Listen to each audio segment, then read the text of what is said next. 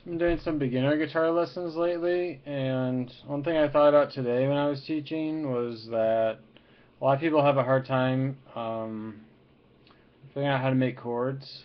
And like the other thing is, a lot of people who've played piano,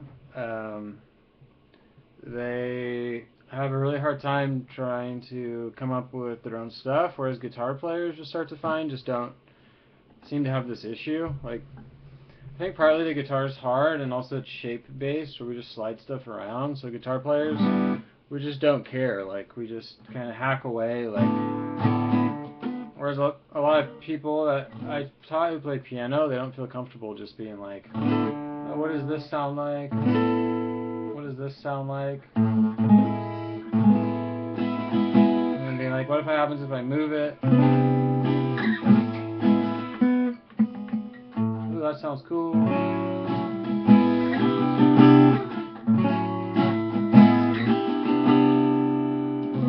So a really good way to start learning how to do this, how to just kind of start building your own chords, is take your middle finger and put it on the 3rd fret.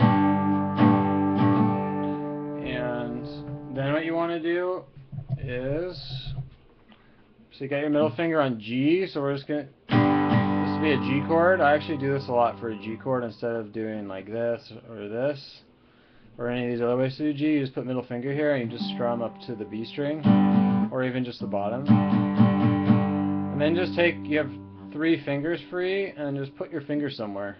Like, you could be like, oh, I'm going to try here. Just be like, does that sound cool or not? Or does it sound good? What does it remind me of? You take your finger off, take another finger, maybe this one. You could put it right here.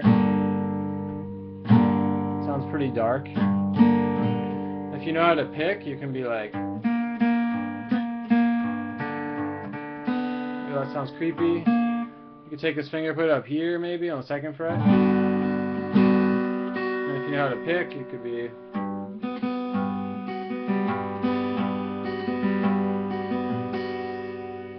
maybe you could take your pinky and stretch it over here somewhere. Maybe slide it down.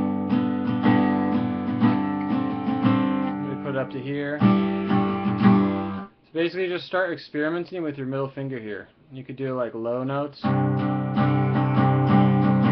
you could try like stretching over to here.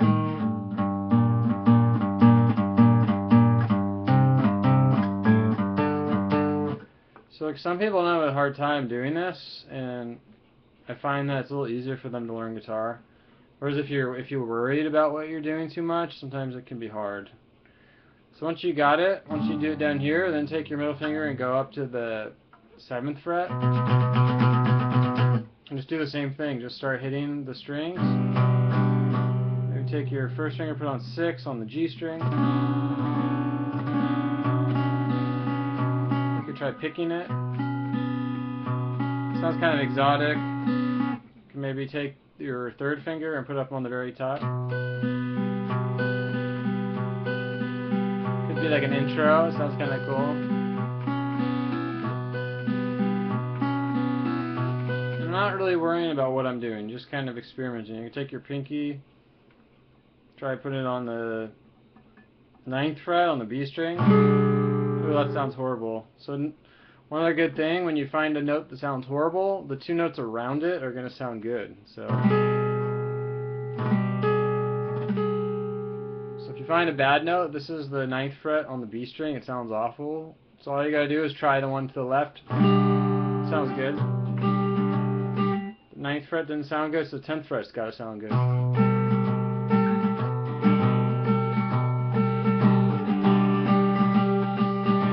About 7th fret. And then the more advanced thing, once you kind of do that, then find a shape you like. This sounds kind of cool. And then move it down here to 3rd fret.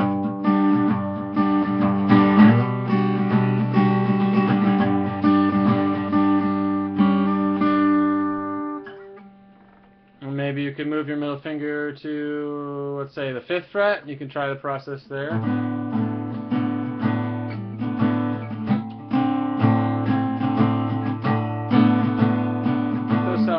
about 5th fret right at 2 strings up from it? It's pretty boring. What about 4th fret on the D string? Sounds kind of. Sometimes I think of things sounding like they're like watery.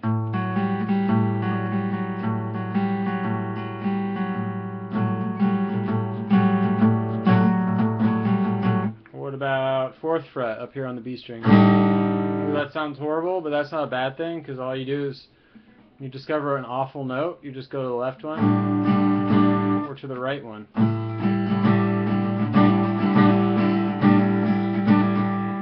So once you can do that, the next thing that's good to do is try to start doing 2 notes. So when you go back to here, so you can maybe add your first finger on 2 on the G string, maybe this one up on 3 on top. Kind of cool. What about pinky all the way out on 5 with this one on 2? That sounds pretty cool. I'll keep that one there. What about this one goes down to 2 on the D string instead? And how about I'll try to add one more finger. This one on 4. What if I lift it up? Doesn't really make a difference, so this is kind of pointless. What about down here? Sounds really bad. What about switching my finger over here so I have another finger? What about putting this one on the 5th fret? That sounds pretty cool with 2 up here. So then once I find what I kind of like, I just slide it somewhere else. Ooh, that didn't work. This worked on 5th fret, so 3rd fret, these 2 fingers on top.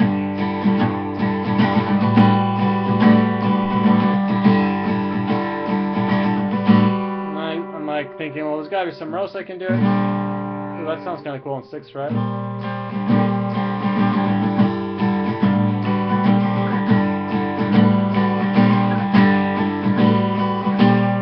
So that's something I've never done in my life before, and maybe it wouldn't really make a whole song, but it's a new idea just by experimenting. So like I was trying to keep this note constant. I found this note. I tried this one, sounded horrible. I went to this one. I tried sliding it to 7th fret, sounded horrible. I slid it to 5th fret, sounded cool. 6th fret, for some reason, sounded cool. What about maybe 8th fret? That sounds cool. What about 10th fret? So now I know 3, 5, 6, 8, 10 all work. So maybe you could. Ooh, that sounds too much is going on.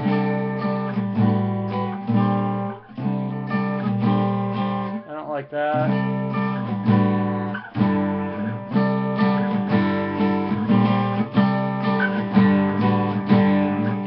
And maybe I'll try picking because the strumming's getting a little weird. So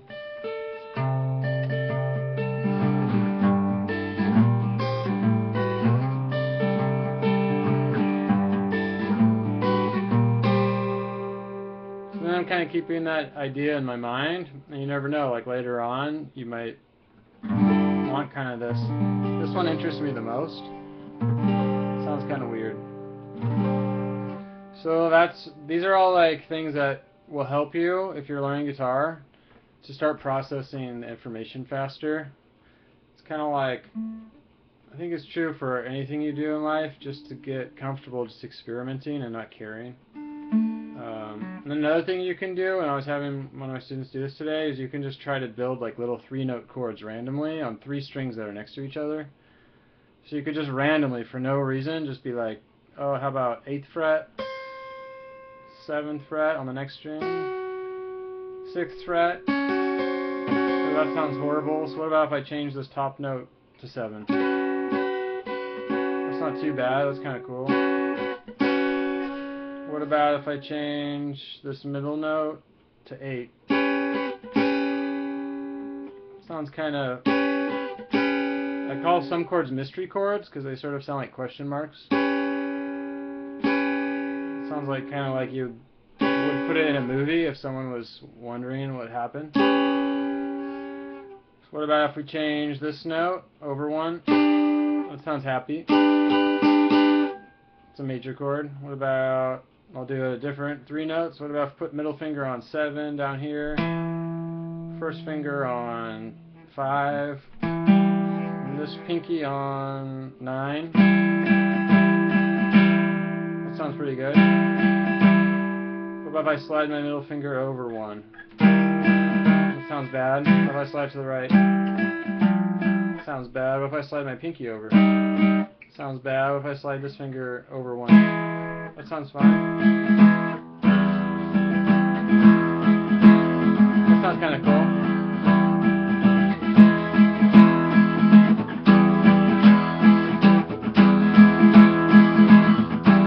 Maybe you do, what about, go up high, maybe on 12. And maybe stretch all the way down really far, do something kind of weird, maybe 12, 7. Sounds bad, I did 12, 7, 8, sounds kind of stupid.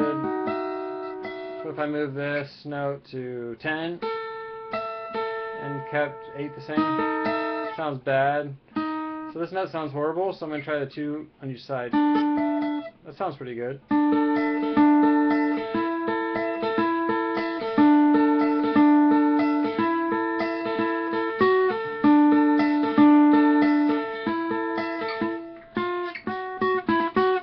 So I found 3 notes that work. If these are constant, it sounds cool.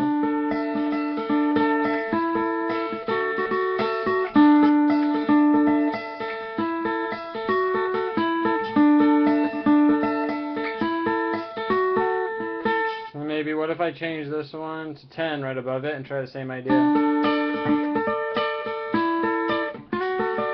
This note's too hard to get to, so just these 2 notes. Maybe I can combine those.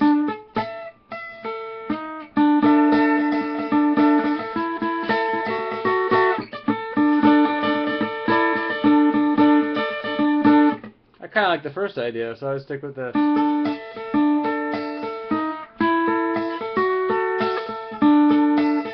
Oh, this one sounds horrible, so it's 7, 9, and maybe I find my notes. Then the last thing is just try making crazy chords with all your fingers. So you could be like 6, 5,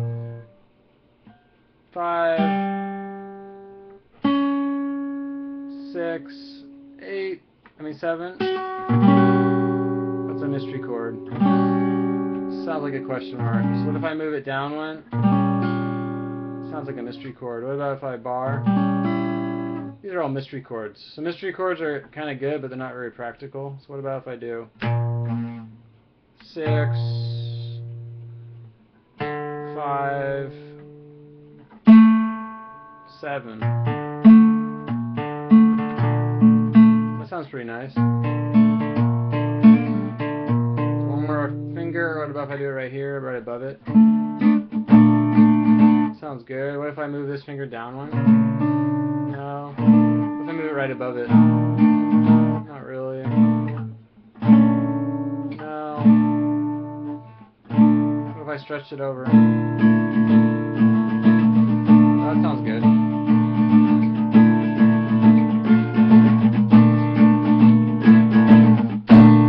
I've never used this chord before.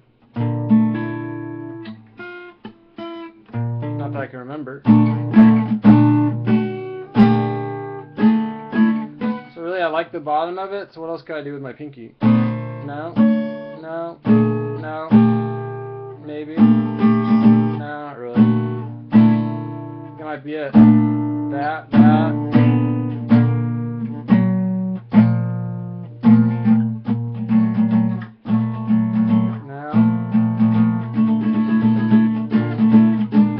So really there's only these 3 options. This.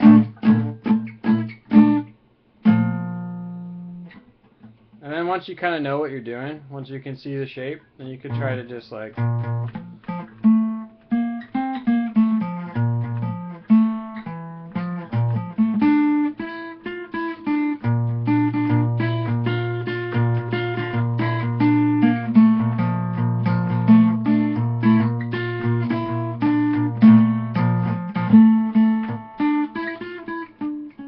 so hopefully that makes kind of sense. It's sort of a skill that some people find really easy to get and other people have a really hard time learning it because there's not really any reason for what you're doing, aside from just hacking around and seeing what happens. But if you do it while you're learning, like from the very beginning of learning guitar, you'll progress a lot faster. So I've been forcing a lot of my students to do this kind of stuff lately, and a lot of times I'll also force them to play really horrible stuff, because just to be like, and play really loud, just just make horrible sounds with their guitar. Because what I find is it kind of relaxes you. Like, once you get over the fact that you can make stuff sound horrible, then you start to not care, so you can experiment more. Because a lot of people have this kind of attitude, like, they want everything to sound good. So, anyways, hope that was helpful. Bye.